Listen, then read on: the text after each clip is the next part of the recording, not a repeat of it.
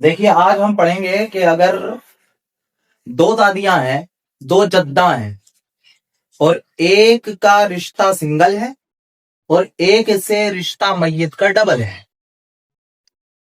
تو اس میں اختلاف ہے۔ امام ابو یوسف فرماتے ہیں ہم افراد دیکھیں گے کتنے افراد ہیں، تو چونکہ دو افراد ہیں اس لیے سدس دونوں کے درمیان آدھا آدھا بڑھ جائے گا۔ اور امام محمد کہتے ہیں ہم رشتے دیکھیں گے، اب چونکہ رشتے تین بن رہے ہیں، ایک سے ڈبل رشتہ ہے ایک سے سنگل، اس لیے سدس تین حصوں میں بٹے گا، جس سے ڈبل رشتہ ہے اسے ڈبل ملے گا، دو حصے مل جائیں گے، اور جس سے سنگل رشتہ ہے اسے ایک مل جائے گا۔ اسے مثال سے سمجھتے ہیں ہم۔ ادھر تھی ایک فاطمہ، ادھر آ جاتی ہے سلمہ، ٹھیک ہے، فاطمہ سلمہ۔ اب فاطمہ کا یہاں ایک بیٹا ہوتا ہے جس کا نام ہم رکھ دیتے ہیں زید، ٹھیک، ادھر دھیان دینا۔ ادھر سلمہ کی ایک بیٹی آتی ہے جس کا نام ہم رکھ دیتے ہیں کلثوم،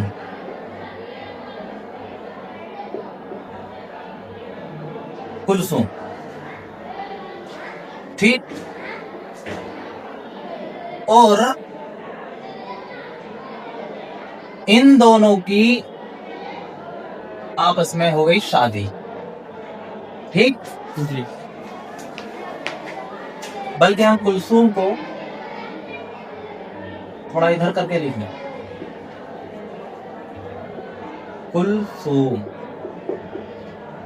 ان دونوں کی ہو گئی شادی، اور اس کی جو ہے نا دو بیٹی تھی، ایک تو یہی کلثوم اور ایک بیٹی اور تھی جس کا نام ہم رکھتے ہیں